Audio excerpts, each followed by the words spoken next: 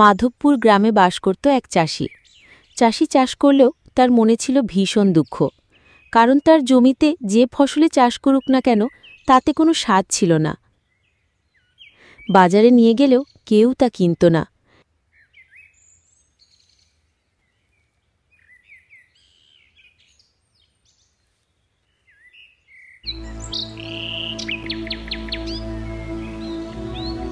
একদিন চাষি মাথায় হাত দিয়ে মাঠে বসে কাঁদছিল। হায় ভগবান, আমার জমিতে কেন তুমি কোনো ফসলের স্বাদ দাও না? যে ফসল চাষ করি না কেন তুমি সেই ফসলের স্বাদ কেড়ে নাও কেন? এমন সময় সেখানে একটা বৃদ্ধ লোক আসে।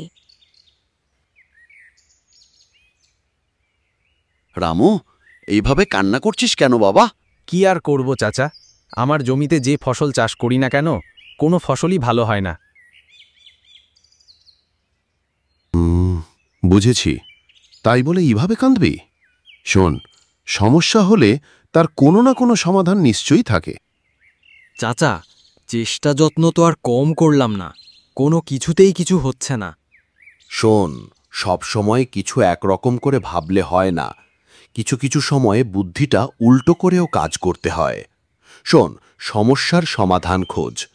চাষ যেভাবে করছিস, সার মাটি দিচ্ছিস, তার উল্টো সার দে, দেখবি সব ঠিক হয়ে গেছে।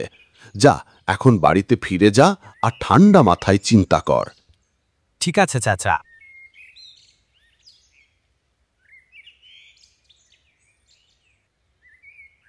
এই বলে রামু বাড়িতে চলে আসে। রামু বাড়িতে এসে বারান্দায় বসে আবারও চিন্তা করতে শুরু করে। এমন সময় তার স্ত্রী মালা সেখানে আসে। কি গো, আসনে? সেই সকালে বেরিয়েছ, বাড়ি আসার নামই যে নেই তোমার। আহা বউ, আমার মনটা ভালো নেই। কেন গো, আবার কি হয়েছে? কেন তুমি জানো না, আমাদের চাষের জমিতে ফসল ভালো হয় না, আর যা হয় তা খাওয়াও যায় না। ও, এই কথা। দেখো, ভগবান যদি তোমার জমিতে ভালো ফসল না দেয় তাহলে কি করবা বলো? সবসময় ভগবানের দোষ দিও না, নিজের কর্ম কিছু করতে হয়। বৃদ্ধ চাচা বলল আমি যা যা করি তার উল্টো করতে। তাহলে করে দেখো, যদি কোনো লাভ হয়। আমি আর কি করি, জমি চাষ করি, তারপর বীজ লাগাই, তারপর সার দিই, এই তো। এখন এইগুলোর মধ্যে উল্টো কি করব? তুমি একটা কাজ করতে পারো, সারগুলো উল্টো করে দিতে পারো। সার আমি উল্টো করে কিভাবে দিব? তুমি তো কীটনাশক ব্যবহার করো, এখন তুমি জৈব সার ব্যবহার করতে পারো। হ্যাঁ, তুমি ঠিক বলেছ। আমি কাল থেকে আবার জমি চাষ করতে শুরু করব আর জমিতে জৈব সার দিব।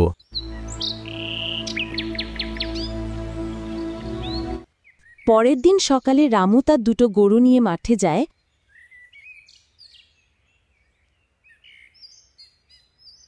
আর জমিতে চাষ করতে শুরু করে।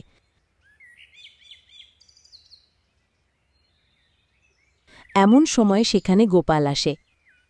আরে রামু, জমিতে আবার কি চাষ করবি? দাদা, এবার ভাবছি জমিতে আলু লাগাবো। আলু? তোর জমিতে আবার আলু লাগাবি? খাবে মানুষে? দেখা যাক দাদা, এবার কি হয়। ঠিক আছে, লাগা লাগা, তবে শোন, আমার জমির আলুর দিকে তাকাস না কিন্তু। এই বলে গোপাল সেখান থেকে চলে যায়। আর রামু আবার গরু দিয়ে জমি চাষ করতে শুরু করে। কিছুক্ষণের মধ্যে রামুর সব জমি চাষ করা হয়ে যায়। যাক, জমি তো চাষ করা শেষ। যাই, এবার বাড়িতে যাই। বাড়িতে গিয়ে জৈব সার তৈরি করতে হবে।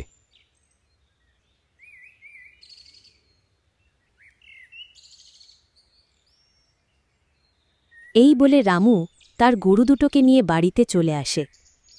তারপর গরু দুটোকে গোয়াল ঘরে বেঁধে বারান্দায় গিয়ে বসে। বউ, বউ কোথায় গেলে? এক গ্লাস জল নিয়ে আসো দেখি। এই নাও জল। দাও দাও। গলা একেবারে শুকিয়ে গেছে। তোমাকে কিছু পচা গোবর ছাই গুছিয়ে রাখতে বলেছিলাম, রেখেছ? হ্যাঁ গো, হ্যাঁ। ওই দেখো, উঠানে সব কিছু গুছিয়ে রাখা আছে, কিন্তু শুধুমাত্র নিম পাতাটা আমি নিয়ে আসতে পারিনি গো। আচ্ছা ঠিক আছে, আমি নিম পাতাটা নিয়ে আসছি। তুমি ছাই আর পচা গোবর একসাথে মেশাও তো, আমি আসছি। এই বলে রামু নিমপাতা নিয়ে আসতে চলে যায়। আর মালা তখন পচা গোবর আর ছাই একসাথে মেশাতে শুরু করে। এখন নিমপাতা কোথায় পাই? যাই, পুকুর পাড়ে নিম গাছটা থেকে পাতা পেড়ে নিয়ে আসি। রামু হাঁটতে হাঁটতে পুকুর পাড়ে যায়।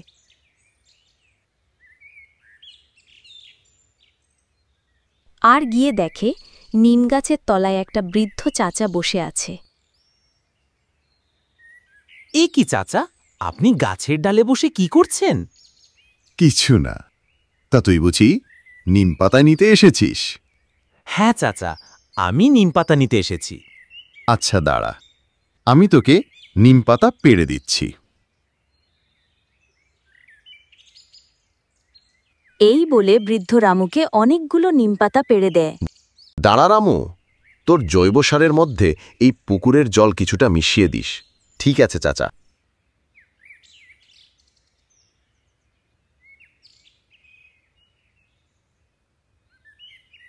রামু পাতা আর জল নিয়ে বাড়ি ফেরে। ওগো, তুমি এসেছ?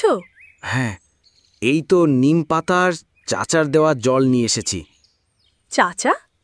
চাচা কোথায় পেলে তুমি আবার?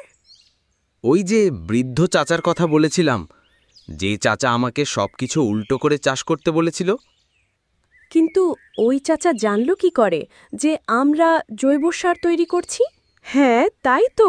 আর এর আগে তাকে আমি এই গ্রামে তো দেখি নাই। তাহলে কি? ওগো, এই কথা কাউকে কিছু বলিও না। ভগবান মনে হয় এবার আমাদের দিকে মুখ তুলে চেয়েছেন। না, নিম পাতা আর বোতলের জল দিয়ে সার তৈরি করা শুরু করো। দাঁড়াও, আমি নিমপাতা পাটায় বেটে নিই। এই তো হয়ে গেল আমাদের জৈব সার। বউ, তুমি থাকো, আমি এই সারগুলো জমিতে ছিটিয়ে দিয়ে আসি। কাল আলোর বীজ লাগিয়ে দিব। ঠিক আছে, যাও।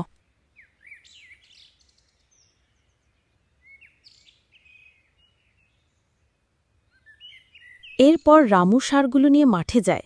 তারপর সুন্দর করে জমিতে সারগুলো ছিটিয়ে দেয়। যাই, এবার বাড়িতে যাই। কাল এসে আলুর বীজগুলো লাগিয়ে যাব।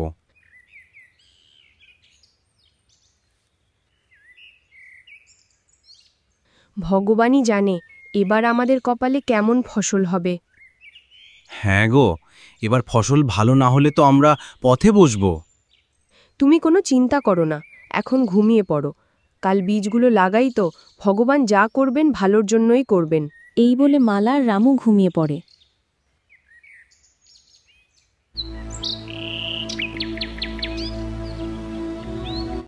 পরের দিন সকালে মালা আর রামু দুইজনে মাঠে যায় আলুর বীজ নিয়ে। তারপর তারা সেগুলো তাদের জমিতে লাগিয়ে দেয়। আলুর বীজগুলো লাগানো হলো। হ্যাঁ, এখন ভগবানের ওপরই ভরসা করো যাতে আমাদের ফসল ভালো হয়।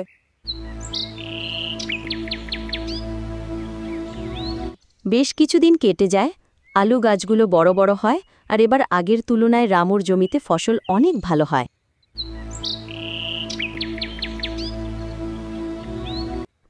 আলুগুলো তো বড় বড় হয়ে গেছে, কিছুদিনের মধ্যে তোলা যাবে দেখছি। এবার আগে নিজে খাবো, তারপর বাজারে বিক্রি করব। যাই, আলুগুলো নিয়ে বাড়িতে যাই।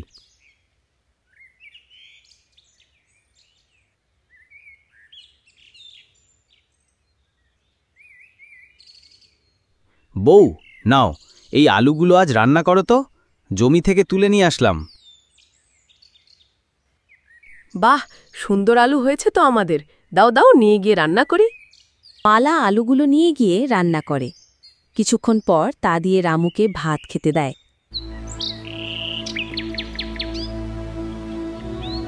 আহা, দারুণ স্বাদ হয়েছে আলুর। বউ, খেয়ে দেখো আলু কত মিষ্টি খেতে। হ্যাঁ গো, তাই তো দেখছি। যাক, ভগবান মনে হয় এবার আমাদের দিকে মুখ তুলে তাকিয়েছেন বলো। হ্যাঁ গো, কাল আমি আলু তুলে বাজারে বিক্রি করতে যাব। পরের দিন রামু জমি থেকে আলু তুলে বাজারে বিক্রি করতে যায়। আলু নিয়ে যান, আলু, মিষ্টি আলু, খেতে দারুণ সুস্বাদু।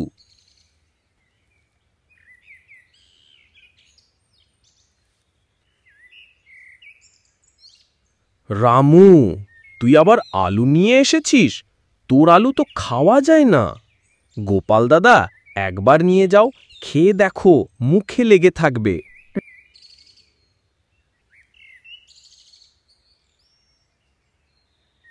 সেদিন রামুর আলু দেখতে দেখতে ফুরিয়ে যায়।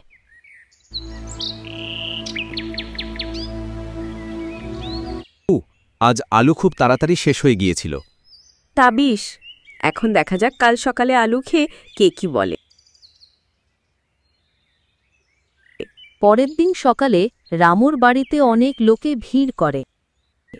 কি তোমরা আমার বাড়িতে? তাহলে কি আমার আলুগুলো? কি সার দিয়েছিস রামু? তোর আলু এত সুস্বাদু হয়েছে খেতে। হ্যাঁ হ্যাঁ রামু দাদা, আমাদেরকেও বলো, আমরাও আমাদের জমিতে সেই সার দেব। হ্যাঁ হ্যাঁ, আমি সবাইকে দিব, তোমরা চিন্তা করো না। রামু, সত্যি তুই অনেক ভালো মানুষ, আমাকে মাফ করে দিস, তোর সাথে অনেক খারাপ ব্যবহার করেছি। না না দাদা, এইসব কি বলছো? এই গ্রামের সকলে তো আমরা ভাই, আর আমি শুধু একা চাষ করে বড় হব কেন? সকলে মিলে একসাথে চাষ করে এই গ্রামটাকে উন্নয়ন করব। জয় আমাদের রামু দাদার জয়, জয় রামু দাদার জয়। এরপর থেকে সকলে মিলে জৈব সার তৈরি করতে শুরু করল। তারপর সেগুলো তাদের নিজ নিজ জমিতে দিয়ে দেয়। কিছুদিনের মধ্যে সকলের জমিতে অনেক ভালো ফসল ফলে। এই দেখে সকলে অনেক খুশি হয়।